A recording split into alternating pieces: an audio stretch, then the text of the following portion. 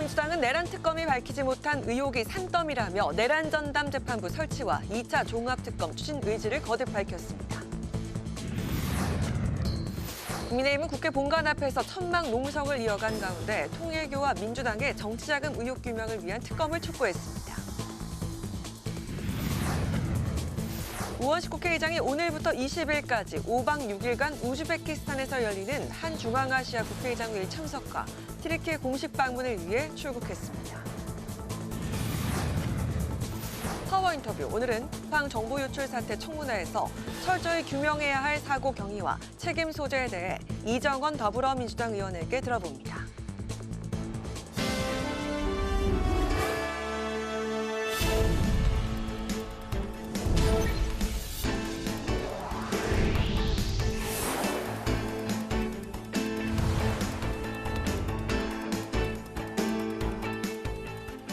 여러분 안녕하십니까? 12월 15일 월요일 국회 라이브 6 시작하겠습니다. 더불어민주당이 3대 특검 수사의 미진한 점을 마무리하기 위해서 2차 종합특검을 추진하겠다고 거듭 강조했습니다. 국민의힘의 통일교 의혹 특검 주장은 경찰이 수사를 하고 있는데 억지 공세를 한다며 받아들일 수 없다고 밝혔습니다. 김동희 기자입니다. 더불어민주당은 2차 종합특검과 내란 전담 재판부가 필요하다는 입장을 재차 강조했습니다. 내란 특검이 윤 전 대통령을 다시 구속하는 등 성과를 거두며 수사를 마쳤지만 아직 밝혀야 할 의혹이 적지 않다는 겁니다. 윤석열의 내란, 김건희의 비리 의혹, 최혜병 사건의 구명 로비 의혹의 진실을 밝히는데 조희대 사법부가 해방꾼이 되었다는 국민적 인식과 분노가 높습니다. 민주당은 2차 특검의 방향은 정해졌고 이번 주에 특검의 수사 범위를 조율할 거라고 설명했습니다. 국민의힘과 개혁신당이 통일교 금품 수수 의혹 관련 특검을 요구하는 것에 대해선 경찰 수사가 진행 중인데도 정치 공세를 벌인다고 비판했습니다. 또 민주당이 추진하는 2차 종합특검은 3대 특검의 미진한 점을 마무리하자는 것이지 새로운 특검을 하자는 게 아니라고 밝혔습니다. 정청래 당대표는 오늘 사전 최고위원회에서 국민의힘의 통일교 특검 주장은 절대 수용 불가하고 일고의 가치도 없다고 말했습니다. 민주당은 국민의힘을 향해 3대 특검을 물타기해 내란 책임에서 벗어날 생각은 꿈도 꾸지 말라고 일갈했습니다. 또 국민의힘과 통일교는 조직적인 유착 범죄 의혹을 받고 있는 거라면서 일부 민주당 인사의 연루 의혹과 비슷한 것으로 봐선 안 된다고 경고했습니다. 국회방송 김동희입니다. 국민의힘은 통일교 금품 수수 의혹을 민주당과 이재명 대통령이 연관된 통일교 게이트라고 주장하며 진상규명을 위한 특검을 주장했습니다. 보도에 김희연 기자입니다. 국민의힘은 국회 본관 앞에서 릴레이 천막 농성을 벌이며 대여 공세를 이어갔습니다.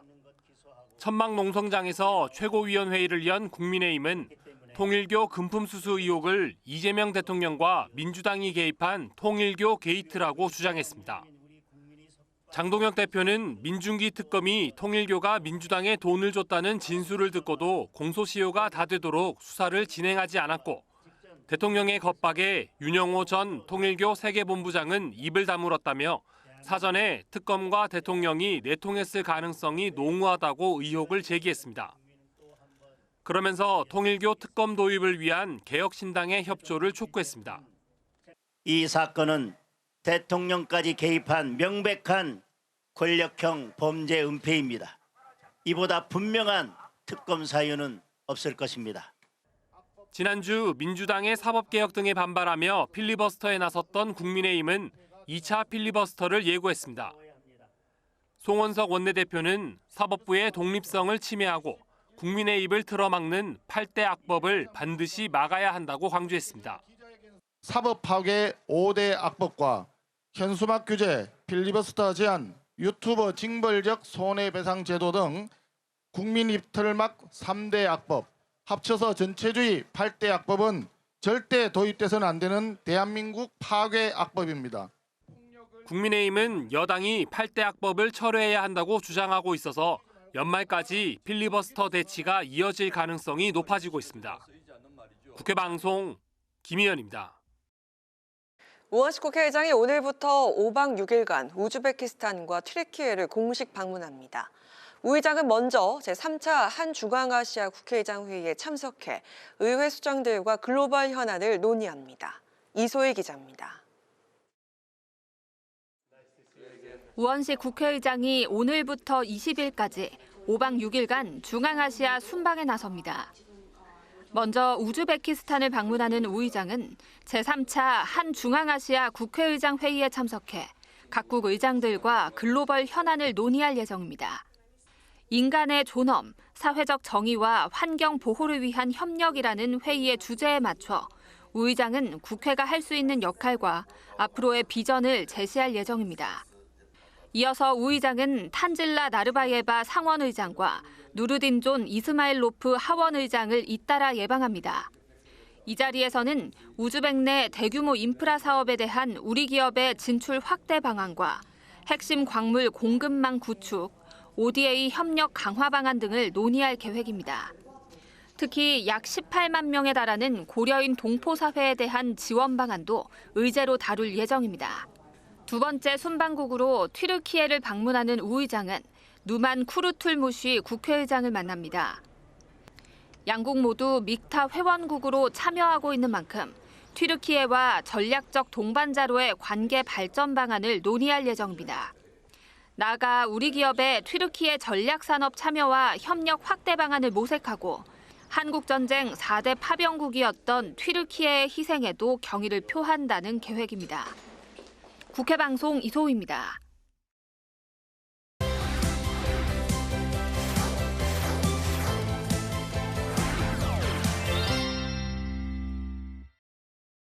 네, 오늘 이슈픽 서완환 개건 기자와 함께 지난 주말까지 3박 4일 동안 진행이 됐던 필리버스터 이야기부터 다뤄보겠습니다. 서 기자 어서 오십시오. 네, 안녕하십니까?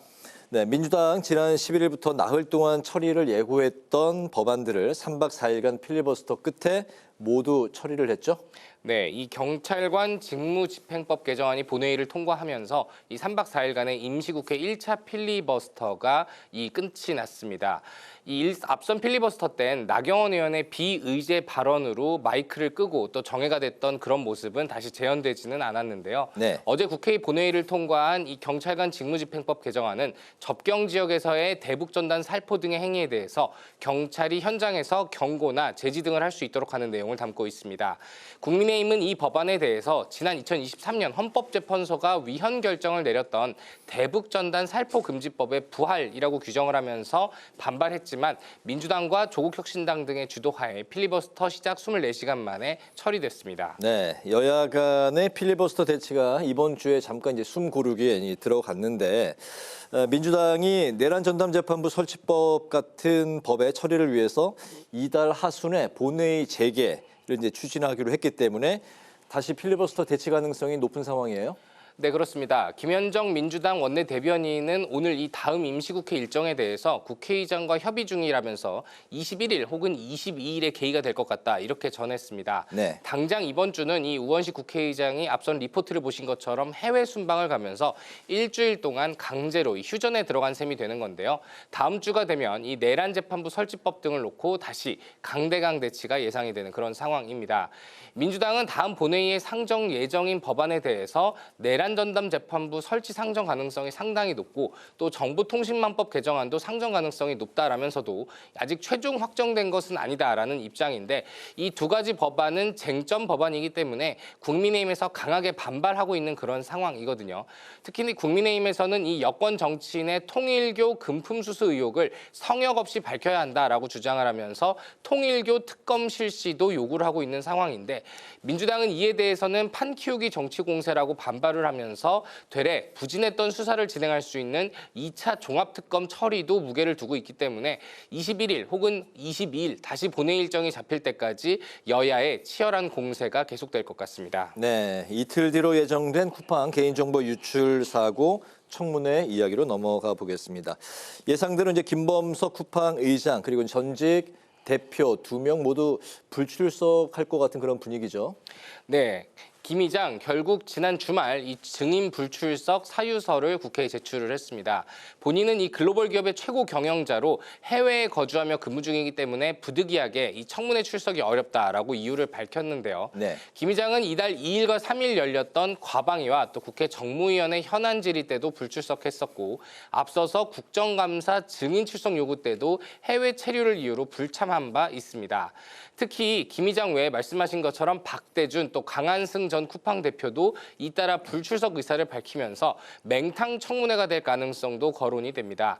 강한승 대표는 지난 5월 말 대표이사 사임과 관련된 발표를 한 뒤에 관련 업무에서 모두 손을 떼고 현재 미국에 거주하고 일하고 있다며 본 사안에 대해서 알지 못한다라고 불출석 이유를 밝혔고요.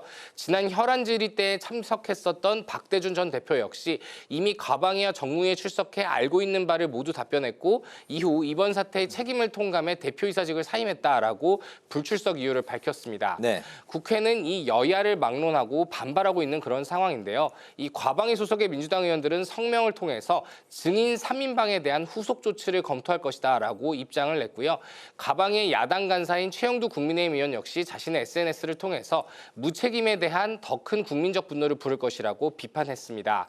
하지만 쿠팡 측은 이 쿠팡 신임 대표로 선임된 이 쿠팡 INC의 헤럴드 로저스 최고 관리 책임자 겸 이 법무총괄은 출석해서 답변할 것이다라는 입장인데 네. 최근 부인한 이 법무총괄이 출석을 하게 되면 업무상 파악 중이다라는 취지로 답을 하면서 책임을 최소화하려는 답변을 하지 않겠냐라는 전망이 벌써부터 나오고 있습니다. 네, 아무래도 또 이제 영어로 이야기를 하다 보면 이제 통역도 있고 직접 한국인끼리 이제 대화하는 것보다는 좀 여러 가지 좀 이렇게 좀 불편한 점들이 있을 것 같습니다. 네, 그 민주당에서는 이제 강한 규제가 필요하다 이런 얘기도 나오고 있지만 시장에서의 역효과 우려도 함께 고민하는 지점인 것 같은데요. 쿠팡에게 실효성 있는 제재나 규제 이게 현재로서 좀 가능하다고 보십니까? 네, 더불어민주당의 을 지키는 민생실천위원회는 지난 11일 국회에서 개최했던 배달 수수료 상한제 입법 방향 토론회에서 이 쿠팡을 포함한 배달함의 독점적 지위가 자영업자의 협상력을 약화시키고 있다라면서 플랫폼에 총액 수수료 상한선을 입법으로 강제하는 것이 필요하다라는 의견이 개진됐기 때문에 이 지점을 좀 살펴봐야 될 것 같습니다. 네. 특히 한국 소비자를 무시하는 듯한 이 쿠팡의 대응과 사과를 계기로 여전히 소비자 이탈이 거의 없는 것은 쿠팡이 유통과 배달 시장을 독점적으로 장악하고 있기 때문에 이를 규제해야 된다라는 그런 목소리인데요. 정치권에서는 법안 추진에 적극적으로 나서는 모습도 보입니다. 김남근 민주당 의원은 음식 배달 플랫폼 서비스 이용료 등에 관한 법률이라는 것을 대표 발의했는데요. 플랫폼이 영세 자영업자에게 부당한 수수료를 전가하는 등 부당 행위를 하게 되면 이 매출액의 최대 10%의 과징금을 부과할 수 있도록 규정을 하고 있습니다. 또 이강일 민주당 의원도 배달 플랫폼 거래 공정화에 관한 법률안을 대표 발의했는데 배달 앱이 부과하는 중개 수수료와 결제 수수료 또 광고비의 총액을 15% 이내로 제한하고 배달비의 상한과 하한을 설정하는 그런 내용이 담겨 있습니다. 하지만 이 배달비만 상한을 정하게 되면 라이더의 수익이 감소하거나 또 소비자의 부담이 증가되는 등 부작용을 초래할 수 있다라는 지적과 우려도 함께 나오고 있거든요. 네. 현재 경찰에서는 개인정보 유출 사고 관련해서 연일 쿠팡을 압수수색하는 등 쿠팡에 대한 수사도 진행이 되고 있기 때문에 국회 청문회를 놓고 태도가 논란이 됐었던 MBK 파트너스처럼 정부와 국회 차원의 강력 대응이 쿠팡과 또 쿠팡 임직원에 대한 수사로 이어질 수 있을 것이라는 관측도 조금씩 나오고 있습니다. 네, 이슈픽 서완한 객원 기자와 함께했습니다. 말씀 고맙습니다.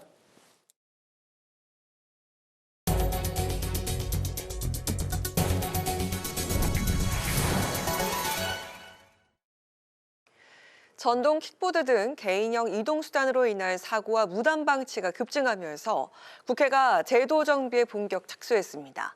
국토교통위원회가 마련한 공청회에선 PM에 맞는 운전 자격을 도입하고 주차와 속도를 제도화해야 한다는 다양한 의견이 제시됐습니다. 강민지 기자입니다. 국회 국토교통위원회가 개인형 이동장치 이른바 PM법 제정을 위한 공청회를 열었습니다. 최근 전동 킥보드 사고가 잇따르면서 제도 공백에 대한 우려가 커진 상황. 올해 10월 송도에서 중학생 2명이 무면허로 공유 전동 킥보드를 타고 가다가 30대 여성을 쥐어 중대에 빠지게 하면서 불법 대여와 단속 소홀 문제가 제기된 바가 있습니다. 전문가들은 전동 킥보드가 기존 원동기 면허 체계와 맞지 않아 10대들의 무면허 이용과 안전교육의 공백이 발생하고 있다고 진단했습니다. 이를 해결하기 위해선 PM 특성을 반영한 온라인 교육과 시험을 통해 이용자를 관리해야 한다는 의견이 잇따랐습니다. 10대 이용자에 대해서는 온라인 교육 및 시험을 기반으로 PM 전용 자격제를 도입하여 교육, 평가, 위반 행위, 기록, 제재, 재교육의 선순환 구조를 만들 수 있을 것이라고 판단이 됩니다. 일각에서 제기되는 속도 규제의 경우에는 보행자 밀집 지역과 차도 등 도로 기능에 따라 구간별로 관리하는 방식이 더 효과적이라는 분석이 제시됐습니다. 실제 이용자인 20대 대학생은 공청회에 나와 사회초년생에게는 전동 킥보드가 일상이동의 필수적인 수단이라며 금지보다는 관리 중심의 정책이 필요하다는 의견을 피력했습니다. 전동 킥보드는 누군가에게는 불편함의 대상일 수는 있지만 누군가에게는 이동의 선택권을 넓혀주는 중요한 수단임을 말씀드리고 싶습니다. 특히 학생, 사회초년생, 1인 가구와 같이 이동 여건이 제한적인 계층에게는 특히나 실질적인 효용이 크다고 생각합니다. 업계 역시 이용을 막기보다는 도심과 외곽을 나눈 주차 기준을 제도화하면 교통 혼잡을 줄이는 친환경 이동 수단으로 기능할 수 있다고 호소했습니다. 도심지의 경우에는 주차 시설을 만들어서 거기에 이제 세우고, 그리고 외곽 지역의 경우에는 프리플로팅을 허용하는 선택적 도크 방식이라든지. 이에 여야 의원들은 주차 예산 부담과 연령 기준, 사고 시 책임 주체 등을 놓고 입법 이후 구체적인 제도 설계가 중요하다고 강조했습니다. 현재 국회에는 PM 관련 법안 12건이 계류 중인 가운데 여야는 공청회 내용을 토대로 입법 논의를 이어간다는 방침입니다. 국회 방송 강민지입니다. 더불어민주당이 중앙위원회를 열고 지난 5일 부결된 지방선거 공천규칙에 관한 당원 개정안을 수정해서 오늘 재표결한 결과 통과됐습니다. 수정안은 광역위원 비례대표 후보의 경우 권리당원 투표 100%를 반영하지만 기초의원 비례대표 후보는 상무위원과 권리당원 투표를 각각 50%씩 반영하는 내용을 담았습니다. 민주당 중앙위원회 표결은 조금 전 6시에 마쳤으며 표결 결과는 가결됐습니다. 국민의힘은 정부가 양질의 일자리를 늘린 뒤 정년 연장 등 고용 연장 문제를 논의해야 한다고 주장했습니다. 장동혁 대표는 오늘 관련 토론회에 참석해 다양한 이해관계를 가진 모든 국민들에게 일률적으로 고용 연장에 대한 찬반을 묻는 것은 바람직한 접근이 아니라고 밝혔습니다. 특히 기성세대와 청년, 취업자와 구직자 입장이 각자 달라 가장 부작용이 적은 방향으로 고용 연장이 추진돼야 한다고 강조했습니다. 국회 사무처가 오늘부터 닷새 동안 전국 대학생 50명을 대상으로 국회 대학생 아카데미 2차 과정을 진행합니다. 이번 과정에선 국회 조직과 입법 과정 등 기본 과목과 함께 국회의원과의 대화와 의회 민주주의 발전 방안 토론, 국회 다크 투어 등 참여형 프로그램의 비중을 50% 이상으로 확대했습니다. 대학생들의 정치 참여 의식을 제고하기 위해 지난 2001년부터 진행하고 있는 국회 대학생 아카데미는 올해 8월까지 5,200여 명이 참여했습니다.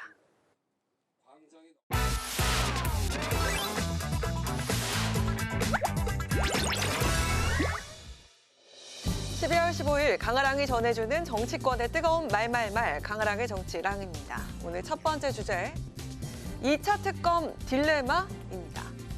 더불어민주당이 2차 종합특검을 추진하는 가운데 연말 전국을 강타한 통일교 금품수수 의혹이 큰 변수로 떠오르고 있습니다.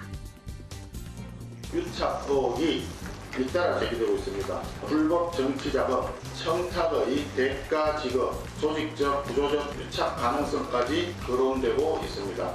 사법 정의를 바로 세우기 위해 통일교 특검 도입을 공식적으로 제안합니다. 정치권 금품 로비 의혹을 수사할 통일교 특검을 도입하는 건 당연하고 민중기 특검의 편파 수사를 담당할 특검팀까지도 필요하다는 게 국민의힘 측 주장입니다. 특검이 얘기가 되려면요, 수사가 진행이 잘 안 된다든가 또는 뭔가 수사가 중간에 막히거나 권력이 개입이 돼서 수사가 좀 압력을 외압을 받고 있다든지 이런 여지가 있어야 될 텐데요. 지금은 그런 단서가 보이고 있질 않고. 정청래 지도부는 3대 특검이 마무리하지 못한 내란 의혹에 대해서 2차 종합특검을 추진하겠다는 의사를 분명히 했습니다. 하지만 당내 일각에선 보수 야권이 요구하는 통일교 특검을 거부하면 선택적 특검이란 비판을 낳을 수 있다는 시선도 있습니다. 이 3대 특검에서 제대로 진상을 밝혀내지 못한 부분들에 대한 리스트가 정리가 되어 있는데, 그래서 2차 추가 특검의 어떤 범위에 포함시킬 것인지, 이 내용은 당정대 간도 조율이 필요하다라고 아마 당내에서 우려하시는 일부 의원님들의 의견도 바로 그러한 부분이 좀 더 다듬어져야 되지 않겠냐라고 하는 그런 취지로 이해를 합니다. 국민의힘과 개혁신당이 연대해 통일교 특검을 주장하는 가운데 2차 종합특검을 놓고 민주당이 어떤 해법을 내놓을지 지켜봐야겠습니다. 이어서 두 번째 주제는 일시적 연대론입니다. 비상계엄 사태 이후 간극이 벌어졌던 국민의힘과 개혁신당이 통일교 정치권 로비 의혹 사태를 계기로 가까워지는 분위기입니다. 이를 막아 세우기 위해서는 모두가 함께 힘을 모아 맞서 싸워야 합니다. 통일교 특검 법안 통과를 위해 개혁신당과 뜻을 모아가는 과정이 그 시작이라고 생각합니다.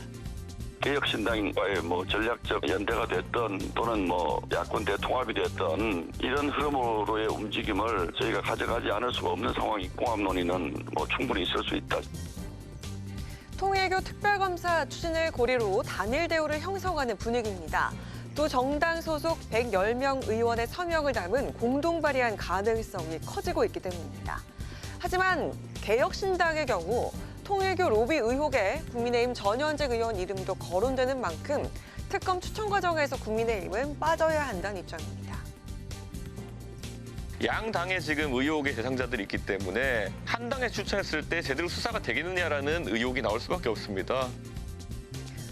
또 야당이 지방선거에서도 연대하는 게 아니냐는 해석에 특검과 연대는 개별 사안이라면서 선을 긋는 모습이었습니다.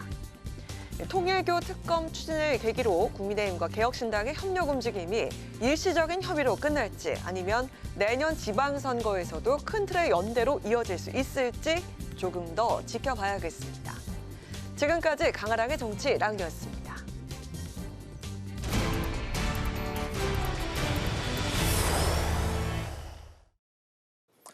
통상 12월 국회에서는 여야가 민생법안 처리에 속도를 내왔지만 올 연말은 필리버스터 대치가 이어질 전망입니다. 또 국가보안법 폐지안을 놓고도 여야가 충돌하고 있는데요.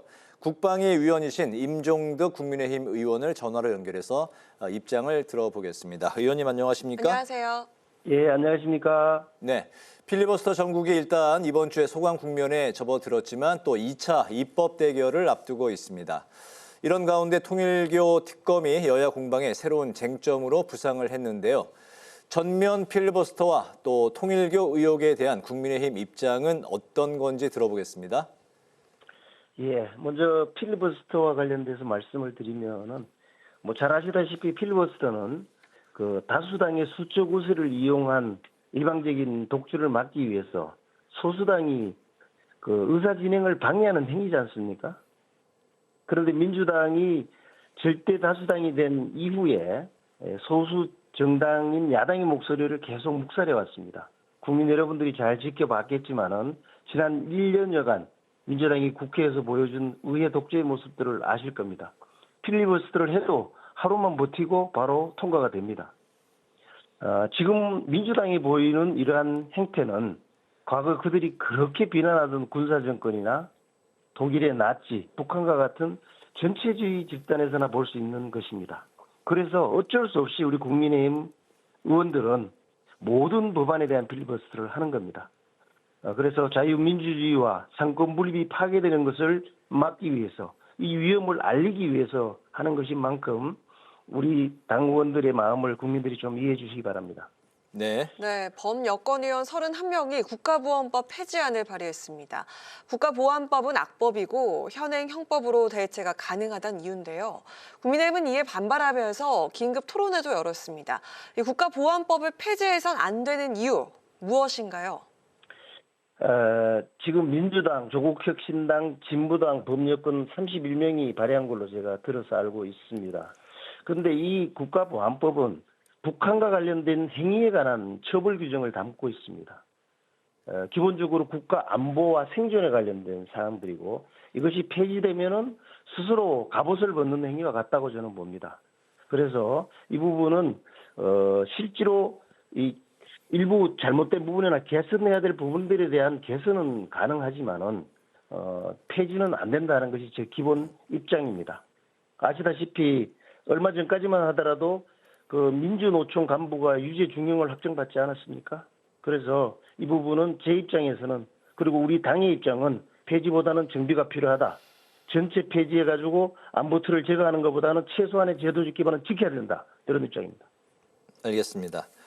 이재명 대통령이 계엄 1년 외신 기자회견에서 전 정부의 대북전단 살포 논란에 대해서 이렇게 언급을 했습니다. 사과할 생각이 있지만 종북몰이의 소재가 될까 걱정돼서 말을 못하고 있다. 이 발언 어떻게 생각하십니까? 저도 외신 기자회견 내용을 보면서 깜짝 놀랐는데 이재명 대통령은 자기 생각과 맞는 주장만 치사선택을 하고 있다고 생각을 합니다.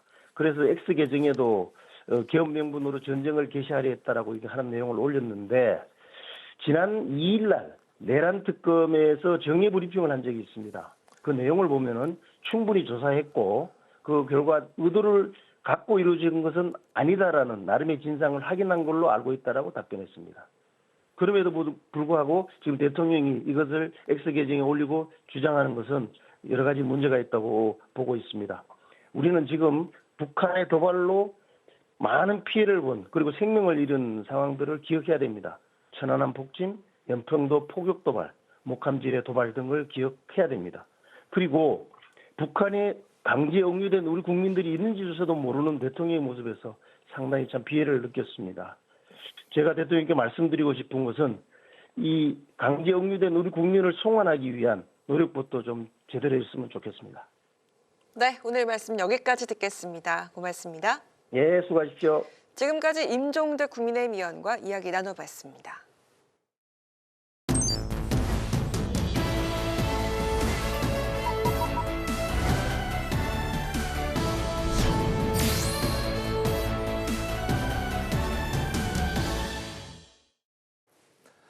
네, 정치 현안에 대한 입장과 해법을 국회의원에게 직접 들어보는 파워 인터뷰.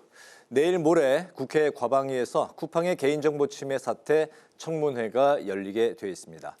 유출 경위와 피해 규모, 그리고 책임과 처벌까지 청문회에서 짚어야 할 점들을 살펴보겠습니다. 과방위원이신 이정원 더불어민주당 의원 나오셨습니다. 의원님 반갑습니다. 어서 오십시오. 네, 안녕하십니까. 반갑습니다. 목소리가 정말 꿀성대시네요. 아유, 고맙습니다. 오늘 주제에 들어가기에 앞서서 네. 먼저 현재 국회 상황부터 좀 짚어보도록 하겠습니다. 어제까지 3박 4일간의 필리버스터가 열렸었고 이어서 이제 21일부터 또 2차 두 번째 같은 상황이 또 예상이 되고 있습니다. 국민의힘은 8개 쟁점 법안 철회를 요구하면서 필리버스터 강행 의지를 이제 보이고 있는데요. 내란 재판부법과 허위 조작 정보 근절법 등을 연내에 처리한다. 이게 네. 현재 여당의 강한 입장인 거죠? 네, 맞습니다. 일단 국민의힘의 마구잡이식 필리버스터에 대해서 한 말씀을 드리도록 하겠습니다. 네. 필리버스터는 무제한 찬반 토론 아니겠습니까? 핵심 쟁점들을 국민들에게 제대로 알리고 또 상당 기간, 상당 시간을 가지고 함께 토론하고 수기하는 그런 과정이라고 생각합니다. 그런데 지금 국민의힘 의원들은 민생 법안까지도 인질로 잡은 채 마구잡이로 시간 끌기에만 몰두하고 있습니다. 민생이 멈춰서고 있습니다. 국회가 멈춰서고 있습니다. 대부분 본회의장을 비운 채 국민의힘 의원들은 모습을 나타내지 않고 있습니다. 필리버스터를 본인들이 신청했는데도 불구하고 말이죠. 이런 태도는 정말 비판받아 마땅할 것이라고 생각합니다. 더불어민주당은 민생의 시간을 절대 멈출 수가 없습니다. 내란 전담 재판부를 비롯한 핵심 쟁점 법안들이 8가지 앞서 말씀하신 것처럼 있습니다. 네.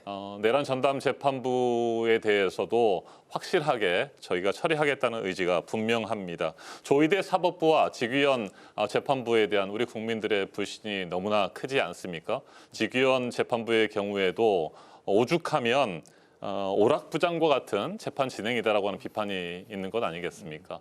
완전한 내란 종식 그리고 내란 책임자에 대한 단호한 처벌을 위해서는 내란 전담 재판부가 꼭 필요하다. 이런 의견들을 대부분 우리 민주당 의원들은 공감하고 있고요.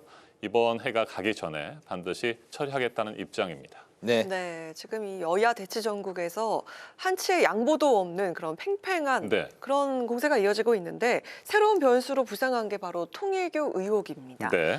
국민의힘은 통일교와 민중기 특검에 대한 쌍특검을 공식 요구를 했고 여당 측은 일부러 이걸 판을 키우려는 정치 공세다 이렇게 얘기를 하고 있거든요. 민주당 입장 어떻습니까? 네, 특정 종교 집단이 정치 권력과 결탁해서 부당한 이익을 취하려고 하는 것은 정말 잘못된 것입니다. 더군다나 그 과정에서 검은 돈이 오갔다고 한다면 분명하게 수사와 조사, 특검 등을 통해서 규명할 필요가 있다고 생각합니다. 그리고 혐의가 명백하다고 한다면 당연히 수사는 제대로 이루어질 것이고 오늘도 압수수색이 진행되지 않았습니까? 이런 철저한 수사가 진행되고 있는 상황에서 명확한 증거가 없는 그런 현안이나 사건들에 대해서도 무작위로 무책임하게 특검만을 주장하는 것은 올바른 방식이 아니라고 생각합니다. 국민의힘의 의원의 경우에 정치적 이익을 대가로 금품을 받은 혐의가 너무나도 뚜렷하고 관련 증거들이 있었기 때문에 또 구속되고 또 수사가 진행되고 있는 것 아니겠습니까? 마구잡이로 충분한 근거도 없는 상태에서 무책임하게 특검만을 주장하는 국민의힘의 입장에 저는 동의할 수가 없습니다. 그렇군요. 자, 이슈를 이제 쿠팡 사태로 좀 넘어가 보도록 하겠습니다. 오늘 이제 대부분의 이제 시간들이 이제 쿠팡 이야기로 이제 이어질 것 같은데 17일에 열리는 쿠팡 정보 유출 사태 청문회에 모든 국민들의 관심이 쏠려 있는 것 같습니다. 그런데 김범석 의장과 또 2명의 전 대표가 현재 불출석할 걸로 예상이 되고 맞습니다. 있는데요. 그동안 이제 사과문이 이제 무성의했다, 또 유출을 노출이라고 표현을 했고, 또 피해 배상에 미온적인 거 아니냐 이런 여러 가지 이제 비난 여론이 지금 있는 상황입니다. 사태 이후에 이제 쿠팡의 태도, 국회 또 불출석. 현재 의원님은 좀 어떤 점들을 짚고 싶으실까요? 네, 이번 쿠팡 사태는 단순한 해킹이나 정보 보안 침해 사건이 아닙니다. 쿠팡의 총체적인 보안 무능과 무책임을 보여주는 그런 사건이라고 생각합니다. 예방과 탐지, 대응, 관리 등 모든 단계에서 총체적인 부실을 드러냈습니다. 완벽하게 그런 중요한 절차들이 붕괴됐다고 판단합니다. 그렇다고 한다면 당연히 국회는 관련자들을 불러서 청문회도 하고 현안 질의도 해야 하는 것 아니겠습니까? 그런데 쿠팡의 핵심 3인방이라고 불리는 김범석 쿠팡 INC 의장, 그리고 강한승 북미사업개발총괄, 박대준 전 대표 등 이 3명이 불출석 사유서를 제출하고 나타나지 않겠다고 하고 있습니다. 도저히 묵고할 수가 없습니다. 그리고 브렌 매티스라고 하는 쿠팡 최고 정보보안 책임자, 그리고 7일차의 임시 대표를 맡고 있는 해롤드 로저스 쿠팡 INC의 최고 관리 책임자 겸 법무총괄인데 이 미국인 2명을 내세워서 핵심 책임자들은 다 도망가 버리는 그런 상황입니다. 정말로 우리 국민들의 중요한 개인 정보가 침탈됐고, 그리고 쿠팡의 부실과 보안 무책임, 보안 무능으로 인해서 우리 국민들이 피해를 입고 있는데 이런 식으로 책임 있는 사람들이 청문회조차 나오지 않고 국민들에게 투명하고 또 성실하게 본인들의 잘못을 인정하고 관련 대책을 마련하고 또 피해가 발생한다고 한다면 피해 보상에 대한 계획들을 밝혀야 되는데 그러지 않고 있다라고 하는 것은 절대 저희가 그냥 넘어갈 수가 없습니다. 일단 저희는 내일 모레 쿠팡 청문회를 진행할 것이고요. 이 쿠팡 3인방들이 나올 때까지 계속해서 국정조사라든지 대정부 현안 질의라든지 각종 방법을 동원해서 반드시 진상을 규명하고 또 책임을 요구하고 그리고 피해자 보상 대책을 마련할 수 있도록 촉구할 계획입니다. 네, 근데 이 내용인즉슨 그 퇴사한 직원이 그러니까 현직 직원도 아니고요. 그 퇴사한 직원이 서명키를 탈취해서 서버에 당시 접속을 했었고 심지어 그 5개월 동안 그 아무런 내부 경보가 울리지 않았다는 것에 대해서 보안 전문가들도 이게 말이 안 되는 상황이다 이렇게 얘기를 했더라고요. 맞습니다. 과연 이 사고 원인과 관련해서 이 청문회에서 어떤 부분에 좀 집중해서 질의하실 생각이실까요? 이미 저희 국회 과학기술정보방송통신위원회에서 쿠팡을 상대로 현안 질의를 한 바가 있습니다. 제가 그때도 문제를 지적했던 것이 앞서 말씀드린 것처럼 예방과 탐지가 충분히 이루어질 수 있는 상황이었음에도 불구하고 너무나도 안이하게 대처를 했습니다. 이번 쿠팡 사태가 알려지게 된 것은 그 정보를 탈취해간 그 전 직원이 쿠팡의 고객에게 이메일을 보내면서 드러난 것 아니겠습니까? 네. 자체적으로 이 부분에 대해서 파악하거나 발견한 것이 결코 아니라는 것입니다. 만약에 개인정보를 침탈하는 사람이 고객에게 이메일을 보내지 않았으면 지금도 네. 털린 뒤에도 털린지조차 모르고 그렇게 가만히 앉아 있었을 거라는 생각이 듭니다. 그만큼 무능하고 무책임한 쿠팡입니다. 예상 징후를 충분히 감지할 수 있었어야 되는데 보안 시스템이 전혀 갖춰지지 않았다. 더군다나 무용지물이 된 정부 보안 인증이라는 게 있습니다. ISMSP라고 하는 것인데 이건 한국인터넷진흥원에서 관리를 합니다. 쿠팡은 지난 2021년과 2024년 두 차례에 걸쳐서 이 보안 인증을 취득했습니다. 그런데 보안 인증, 최고의 보안 인증이라고 하는 것들이 정말로 무기력했던 것이고요. 여기에 대해서 제대로 관리조차 하지 않은 것입니다. 특히나 이 퇴사자가 지난해 12월에 퇴사하고 본격적으로 움직이기 시작한 것은 올 6월 이후인데 아마 6월 이후에는 여러 가지 정보를 빼나간 흔적들이 지금까지는 발견됐는데 그 이전에도 얼마든지 더 많은 정보들이 나갈 수도 있지 않았겠는가 저는 그런 생각을 합니다. 네, 퇴직자 관리도 전혀 안 돼 있고요. 그렇게 대규모로 3,370만 명의 정보가 털릴 때까지 쿠팡은 아무것도 모르고 있었던 것입니다. 네. 이 쿠팡의 보안 예산을 들여다보니까 연간 89억이고요. 전담 인력만 200명이 됩니다. 근데 그럼에도 이 그리고 또 이 개인정보 보호 관련 인증을 또 7개나 보호하고 있는데 그럼에도 유출을 막지 못했다는 점에서 이 인증제도 좀 어떻게 개선을 하면 좋을지 개선책, 그 방안이 있을까요? 네. 아무리 인증을 많이 한다고 해도 이게 제대로 작동하지 않으면 정말 소용없는 것 아니겠습니까? 한국인터넷진흥원 키사에서도 이 인증을 해주고 나서도 관리를 제대로 하지 않았던 것입니다. 그러니까 예를 들어서 쿠팡을 비롯해서 그 기업이 자기네들이 보안 관련 시스템을 이렇게 갖췄습니다라고 문서를 제출하면 그 문서만 보고 그냥 심사해서 대충 필요한 조건들을 갖췄다라고 하면 인증을 내줘버리는 것이죠. 현장에 가서 실사를 하지도 않았고 그리고 이 보안 인증 시스템이 제대로 작동하고 있는지조차 사후에 관리를 전혀 하지 않았습니다. 이 부분을 지난 현안 질의에서 제가 지적을 했었고요. 일단 한국인터넷진흥원이라든지 과기부에서는 현장 감사, 현장 조사도 또 제대로 하고 또 사후 관리도 제대로 하겠다라고 하는 건데 그렇게 하더라도 결국에는 그 개인 정보를 보호하기 위한 기업의 책임 있는 자세와 완벽한 시스템 구축 없이는 이거 보안 인증 시스템이라고 하는 것은 별 소용이 없는 것 같습니다. 네, 알겠습니다. 말씀하신 대로 현재 그 개인의 정보 포함해서 공동현관 비밀번호까지 노출이 됐기 때문에 많은 분들이 이제 더 불안해하고 있는 상황인데 또 그 해외 결제 그리고 다른 기기의 로그인 사례도 현재 잇따르고 있고 맞습니다. 또 개인 통관 고유번호 유출 시 스미싱으로 이어질 수도 있다 이런 우려도 나오고 있습니다. 현재까지 실제 피해 사례가 있는지 궁금하고 또 2차 피해로 추가로 또 이어지진 않을까 하는 이제 불안감이 생기는 부분에 대해서 이제 또 어떤 말씀을 해주실까요? 네, 정말 많은 국민들께서 불안해하고 계십니다. 쿠팡의 개인정보가 유출됐다라고 하는 소식이 전해진 이후에 내 정보도 털린 것 아닐까? 그렇죠. 그리고 털린 내 정보가 다크웹 등을 비롯해서 각종 사이트라든지 클라우드 공간에서 또 유통되고 있는 것은 아닐까라고 하는 불안감들이 큽니다. 저 역시 마찬가지고요.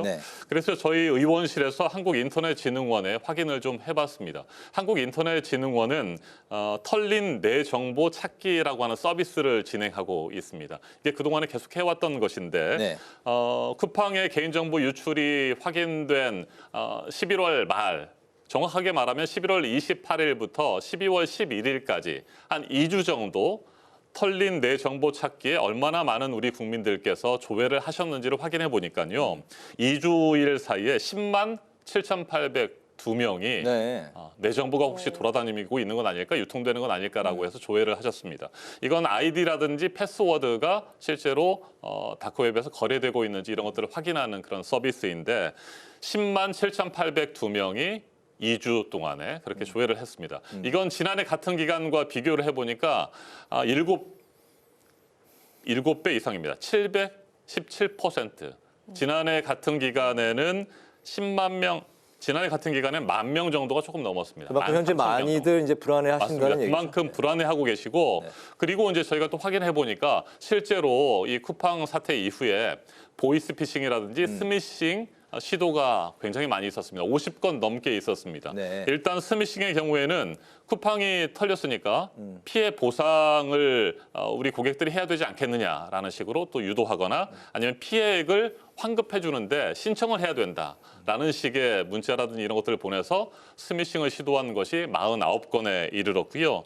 또 쿠팡에서 개인정보 유출 관련해서 혹시 공지라든지 문자를 받았느냐라는 식으로 물어보면서 접근하는 또 보이스피싱 시도도 5건에 이르렀습니다. 지금까지 확인된 것만. 네.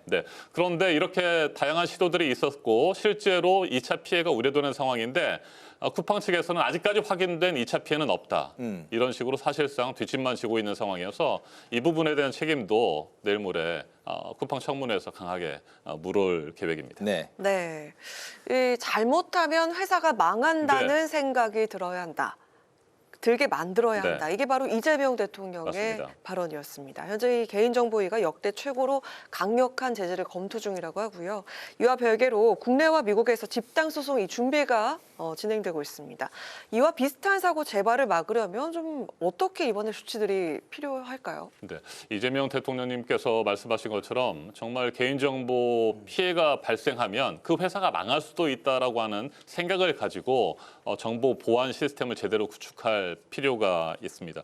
제가 오늘 국회 방송에 출연하기 위해서 준비한 자료를 처음으로 공개하도록 하겠습니다. 이게 지금 쿠팡의 리더십 프린시플이라고 해서 리더십, 지도력, 원칙, 수칙에 대한 내부 교육 자료입니다. 직원들을 상대로 한 교육이기도 하고요. 또 이렇게 쿠팡이 고객들의 신뢰를 얻기 위해서 노력하겠다라고 하는 그 자료인데 첫 번째 1항에 보면 이런 내용이 있습니다. 고객은 언제나 우리가 내리는 모든 결정의 시작과 끝이다. 진정한 리더는 고객의 신뢰를 신성하게 생각하며 그 신뢰를 얻기 위해서 하루하루 치열하게 노력한다. 이런 내용이 있습니다. 첫 번째 항에. 신뢰를 그렇게 중요하다고 생각하는 쿠팡이 그 신뢰를 저버리지 않았습니까? 더군다나 그 신뢰를 저버리고 그 33만 건에 이르는 3,300만 건 이상의 개인정보가 유출된 상황인데도 거기에 대한 제대로 해명도 하지 않고 진상규명도 하지 않고 또 피해 보상도 하지 않으려고 하는 그런 쿠팡 아니겠습니까? 이런 회사에 대해서 철저하게 과징금을 물려야 된다고 생각합니다. 징벌적 과징금과 관련돼서 현재 과학기술부와 개인정보보호위원회도 준비를 하고 있고요. 저희도 그 필요성이 굉장히 크다고 생각합니다. 일단 개인정보보호위원회는 개인정보보호법 위반 행위가 발생했을 경우에 전체 매출액의 최대 10%까지 징벌적 과징금을 매기는 그런 대책을 마련하고 있습니다. 이와 별도로 또 과학기술정보통신부에서도 최대 3% 정도의 징벌적 과징금을 또 부과하는 그런 대책을 마련하고 있습니다. 또 사이버 침해 사고가 발생하고 실제로 해킹을 당한 뒤에도 그 기업이 제대로 그 피해 상황을 알리지 않거나 개인정보보호위원회에 지연시키는 경우들이 있습니다. 이번에 쿠팡처럼 유출을 노출이라고 표현하면서 은폐하거나 축소하려고 하는 그런 시도를 하는 경우들은 많은데 이런 경우에 그 지연 신고에 대한 과태료가 현행 3,000만 원에 불과합니다. 일단은 뭐 5천만 원 이상으로 올린다고 하는데 그것도 좀 부족할 것 같습니다. 더 많은 지연 신고 과태료도 좀 필요한 것 같습니다. 이행 강제금을 부과하는 그런 대책들도 현재 정부 차원에서 준비하고 있습니다. 보안 시스템이 뚫렸음에도 불구하고 이것들을 제대로 커버하고 또 제대로 그 시스템을 보완하기 위한 대책들을 서둘러서 마련해야 되는데 그런 것들을 하지 않을 경우에 이행 강제금 그리고 앞서 말씀드린 징벌적 과징금 이런 것들을 물려서 정말 개인정보를 제대로 관리하지 않으면 망할 수도 있다라고 하는 생각을 갖게끔 해야 된다고 생각합니다. 한 가지 제가 비유를 들자고 한다면 예전에 전당포라는 게 있었잖아요.